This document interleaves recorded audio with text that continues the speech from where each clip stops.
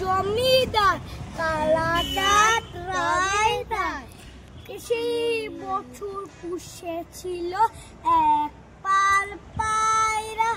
বড় বাবু খাটে বসে বসে বসে পান খায়। পায়রা আঙিনা জোরে খুঁটে খুঁটে ধান খায়। হাঁস চলে চল আঁকা বাঁকা রকমের পায়রা তামাশা বক বক বকমে নদী চলে বাঁকে বাঁকে। বৈশাখ মাসে তার হাঁটু জল থাকে। পার হয়ে যায় গরু পার হয় গাড়ি। দুই ধার উঁচু তার ঢালুটার পর চিক চিক করে বালি কোঠানায় কাদা। একধারে কাশবন ফুলে ফুলে সাদা। কিচিমিচি করে শালিকে ডাক থেকে থেকে শিয়ালের হাক। আর পরে আমবন তালবন চলে গায়ে বাবুন তাড়ি ছায়ে